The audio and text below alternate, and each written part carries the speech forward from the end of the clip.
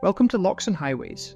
This time I'm back in Wanlockhead, Scotland's highest village, taking things slow on a proper winter's day. I wasn't planning on filming this time, it was just meant to be a quiet break, a bit of walking, a bit of space. But standing here in the snow, with the beauty all around, I couldn't help myself. So yeah, let's see how this one goes. Just down the hill is the Wanlockhead Visitor Centre.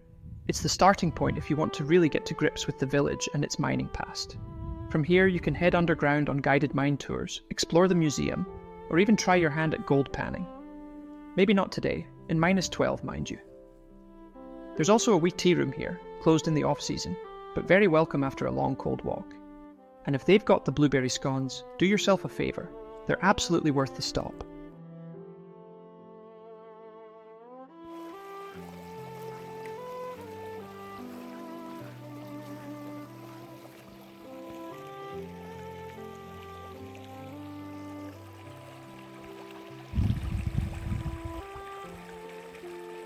We're heading now toward the beam engine, one of Wanlockhead's most iconic reminders of its mining past. The engine was built, supposedly in the middle of the 19th century, and is the only surviving example of a water bucket pumping engine to be seen on a mine in the UK today, a symbol of the grit and skill of the miners who shaped this village. Just past it you can see the Glencreef mine, one of the smaller workings that once hummed with life. Back then the village was buzzing with miners, families, and the constant sound of coal and ore being hauled up from underground. Some of the historical pictures in the visitor centre really bring it to life. It's incredible to compare the old workings to the quiet village today. The older mine entrance is still open for tours in season. Not for the claustrophobic, mind you, but it's fascinating to imagine life underground. Even now, long after most of the mines have closed, that history is still alive in the stone walls, the old machinery, and the stories people tell. I've added a few clips from earlier in the spring in this video, so you can see what the area looks like when there's no snow on the ground.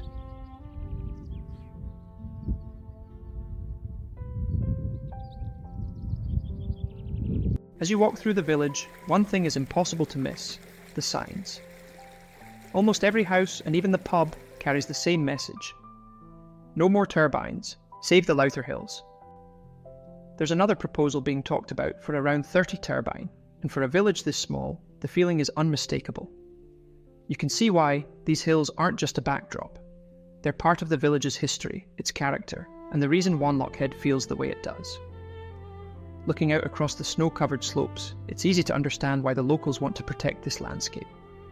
It's windy up here, sure, but it's also beautiful, and some things once lost can't be replaced.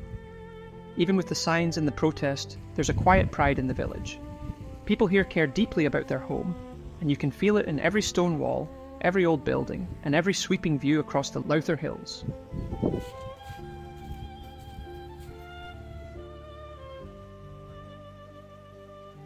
Near the top of the village is the old library, a quiet little building that stood here for over a century.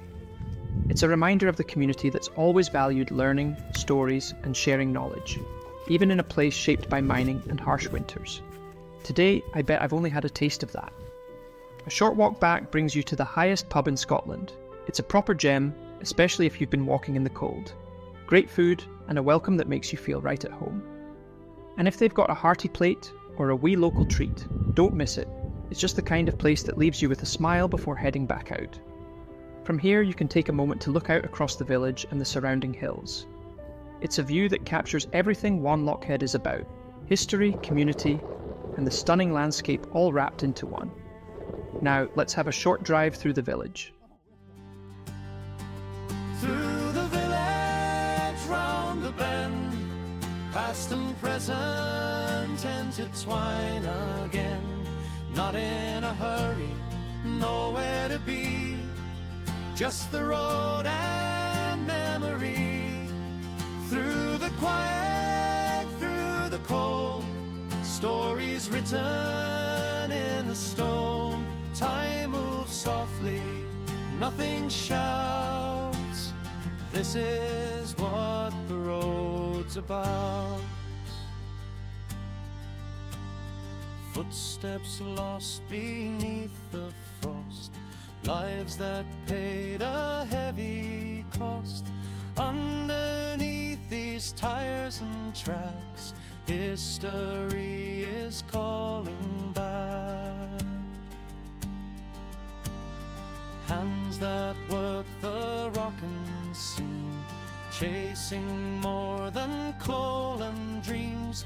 Still they linger, still they stay in the hills that watch the way.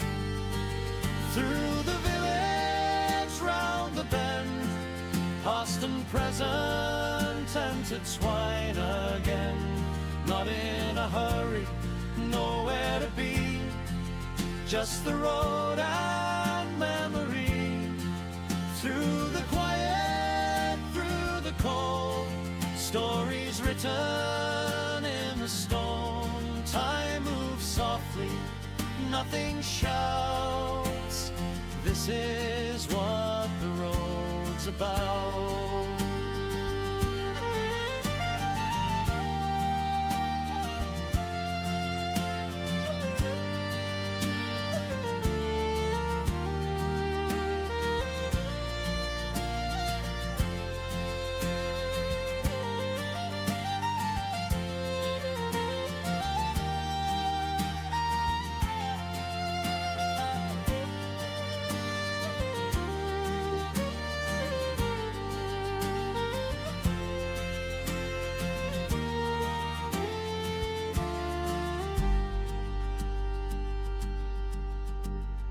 Snow falls light on years gone by, grey stone resting under sky.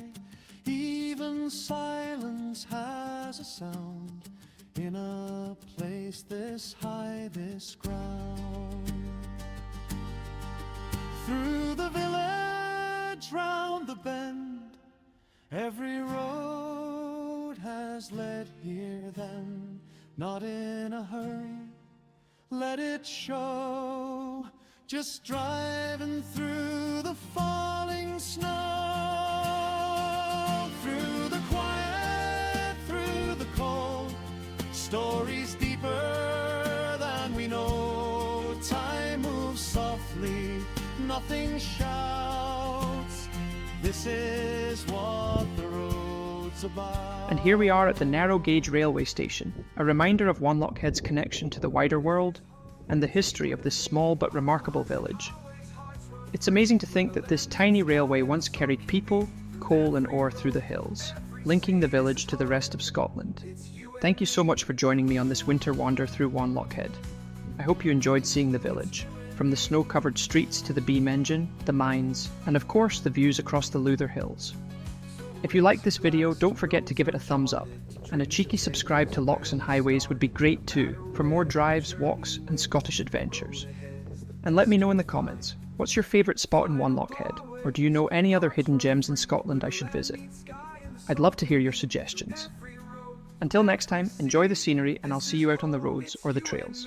On Lochs and highways, hearts run free, where the land meets sky and the soul can beat. Through every road, through every sea, this is home. It's you and me.